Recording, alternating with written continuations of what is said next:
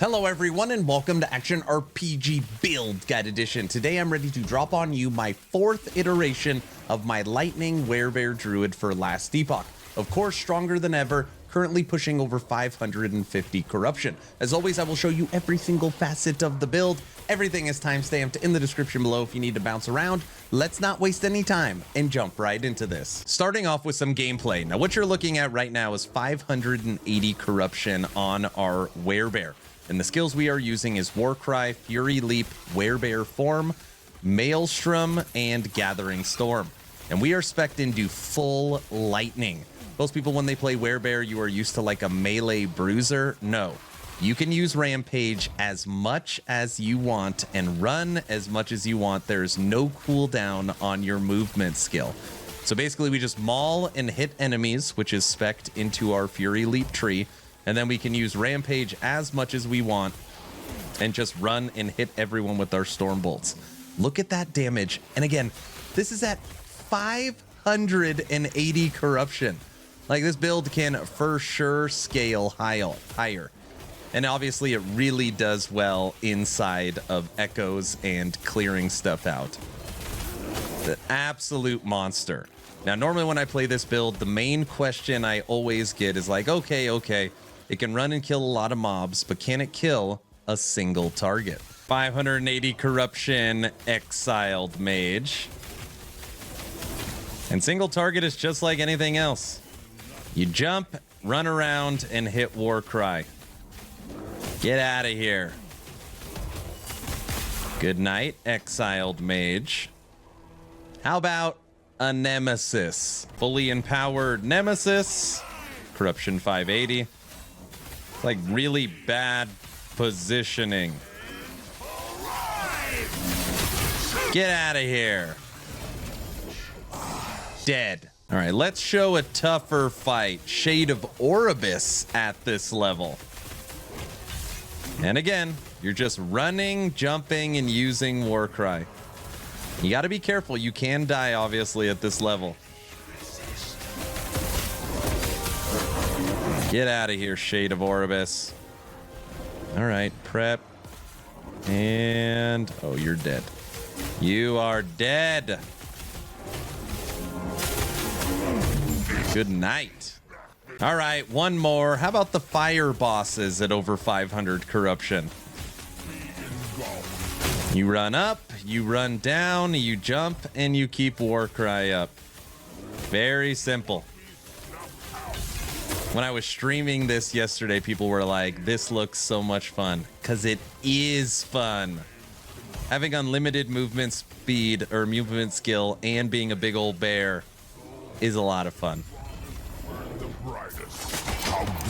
Let me show you how to recreate this build. So now let's break down the skills and I'll try and show you which route to go, starting with our transform, which is Werebear.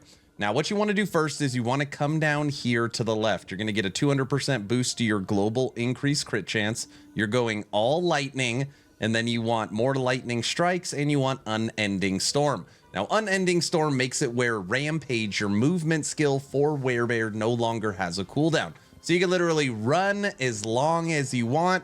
Obviously, it takes time to practice and get good at angles and things like that, but it's unbelievable. You're then going to come down here and you are going to take Skull Crusher. This makes it where your Fury Leap skill tree benefits from your Maul. So you could use this full skill tree while in Werebear form.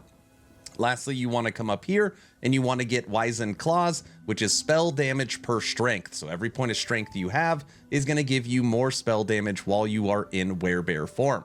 Now, just so you're aware, this node right here, endurance and endurance threshold. If you need any help maxing out your endurance, you can actually pull points out of your critical strike chance and put it into endurance here, just so you have a little more survivability. Moving over to Warcry, such a good skill. First thing you want to do is spend 2 points right here and cut the cooldown in half for your Warcry, so you could use it every 5 seconds. You're then going to come down here and you're going to put 4 points into Whirlpool, which means every single time that you use Warcry, you're going to make 4 stacks of Maelstrom. You want to make sure you cleanse ailments when you use Warcry, which is again every 5 seconds. You're then going to come across here to the left and get a 100% increased crit chance, and it's going to give you chill chance. And then you're going to put the remainder of your points, super boosting your critical strike chance by an additional 100% and chance to automate Warcry on a critical strike. Moving over to Gathering Storm. Now, the reason why we use Gathering Storm is because we're going to supercharge our Storm Bolts that our Rampage is actually doing while we are in Werebear form, okay? First thing you want to do is come up here and snag this node, Concentrated Storm, which is going to give you multiplicative damage to your Storm Bolts. You're then going to come right here and get your Storm Bolt repeat chance, so the chance for you to cast more of them. You're then going to come to the left and down and get Lightning Penetration, get Mana Consumption, so it's going to eat mana to do more damage, and you will be dual wielding, so additional Storm Bolts. Your last 4 points will be right here, which is going to give you some shock chance. We take all the points we could possibly use in this Gathering Storm tree. Moving over to Maelstrom. Now for here, this is very simple. First thing you're going to do is you're actually going to take this tree here, which is going to give you Frenzy and Haste. You're then going to come down here, and you're going to get Power of the Storm. And on here, you want Energized for additional targets, and you want 2 points into Strong Tides.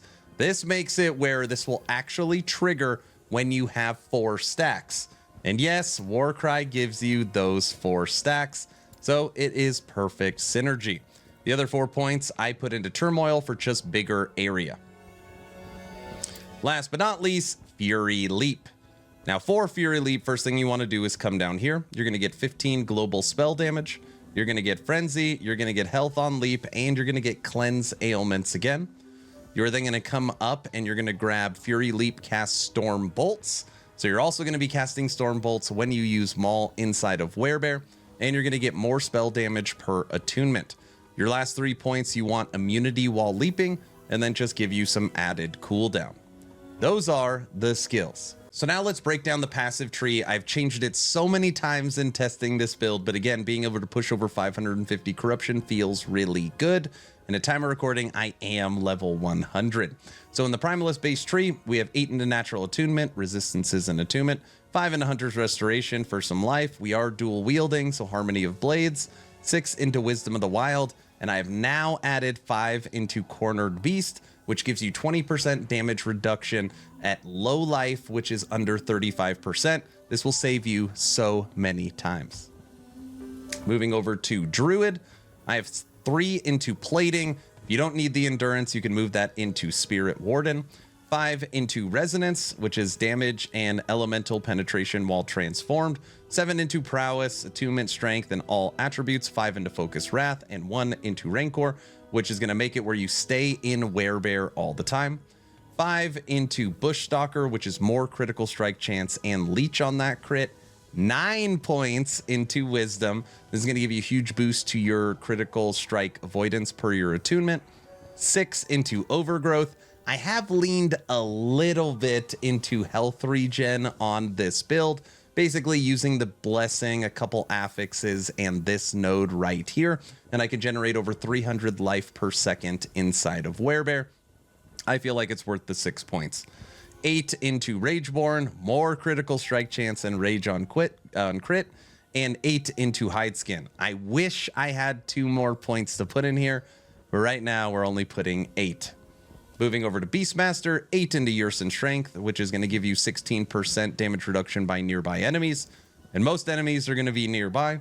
And the final 23 points go into Shaman.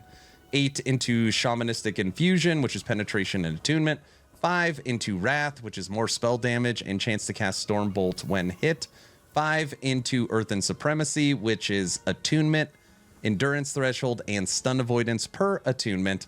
And then these 2 nodes right here, huge. 2 into Stormbringer, which allows you to put 3 into Avatar of Thunder. This is shared spell damage and shared spell damage penetration per 5 attunement, and you're going to have a ton of attunement on this build. If you want even more damage, you can go over to Druid. You could pull 2 points out of Hideskin, which will make you less tanky, And you can put them right here for an additional 6 base spell damage as well. Those are the passives. Moving over to last Epoch tools, we're going to break down the blessings, idols, and gear, starting with blessings. Now here we have taken Spell Leech's health. You're going to be doing all kinds of spell damage, and this is just going to help keep you alive and at full health. We do have critical strike avoidance. If you have critical strike avoidance from your gear, you can take all resistance here as well. Base armor, increased armor, and then we actually took health regen. And again, if you don't want to go health regen, you don't have to. You could take mana, you could take lightning shred if you want here. I like having that 200-300 health regen whenever I play a Primalist, so it's just nice as another way of staying alive. Moving over to idols, the main idol you want to find is increase lightning critical strike chance and health. And you will see that on here, I have taken 4 of those. And again, if you need help with resistances, you could take resistances as well. We also have increased spell damage while transformed and increased lightning damage. And if you want, you could switch these out for health regen if you want to be able to regen more health. And then 1 double health idol. Now looking at gear, for this build, technically there is nothing required. You don't have to go get this item or this to make it work. You could use all purple items if you want. That being said, I do feel best in slot is Stormcarved Testament. This is going to give you a ton of lightning damage to your build. And it's nice. It gives you mana, it gives you Storm Totem, it gives you attunement. There's a lot of great things that Stormcarved Testament gives you. Another very, very easy item to find is a Claim Scepter. Mine has lightning spell damage and leech and crit multiplier on it. Again, very easy to get. You can use this as low as level 50, and it's a really good item. Okay. Rest of the stuff I am using: helmet, level to Werebear, critical strike multiplier while transformed. Armor, level to Maelstrom, critical strike multiplier while transformed. Amulet, critical strike multiplier, lightning penetration, and through a little bit of health and health regen on here. Belt, lightning damage, cleanse, double life. Ring, increase lightning damage attunement. Ring, increase lightning damage attunement. You could also take increased spell damage if you'd like. Boots, movement speed, attunement, double life. And gloves, strength attunement, health, and poison resistance. That is the gear. So now let's talk tips and tricks for leveling. This is not a leveling guide, but kind of get you pointed in the right direction. Now for me, it doesn't matter if I'm a Beastmaster, Shaman, or a Druid. I level all of my Primalists the exact same way, and that is through the skill Swipe. I love this skill for leveling. It's honestly even really good in endgame. But ultimately, the 3 nodes that I focus on is Way of the Hunt, Reach, and Culling. This is going to give you more damage, bigger area. It's going to give you Leech, and it's going to give you Kill Threshold. So I recommend Swipe, and you can grab literally any low-level unique that gives you melee physical damage. Okay. The next skill that I like is Warcry, of course, and you kind of build it out the exact same way as it is here. You go in and you take cooldown, and then you can come down. You could literally get Maelstrom, or you could boost your critical strike chance. That is your choice. You then want to grab Maelstrom, and you want to put this into its physical form. So now it's doing physical damage instead of cold damage. That way, while you are running around, you are casting Warcry, which is automatically making Maelstrom, and you're just swiping, tearing people up. You then want to take Fury Leap and put an unspec'd Fury Leap on your bar so that you could still jump around. Fury Leap unspec'd, spec'd into Swipe, spec'd into Maelstrom, spec'd into Warcry. You will fly through the campaign. All right, everyone, that's the build guide. What do you think of my 4th iteration Lightning Werebear? Is there anything I missed? Is there anything I can do to take this to the next level? Let me know your thoughts in the comment section below. Please like, share, and subscribe. Of course, only if you think I've earned it. Best way to support is Patreon. And don't forget to jump into the Discord. We do movie nights, we do gaming nights, we have all the voice chats for Last Epoch. It's where we hold all our community events, like our treasure hunt race, and for just being a member of my Discord, my community, we do a game giveaway or merch giveaway every 2 weeks. So check out the Discord. We're approaching 4,500 members. I'm done. Hopefully you were entertained or at least learned something. Aaron, out.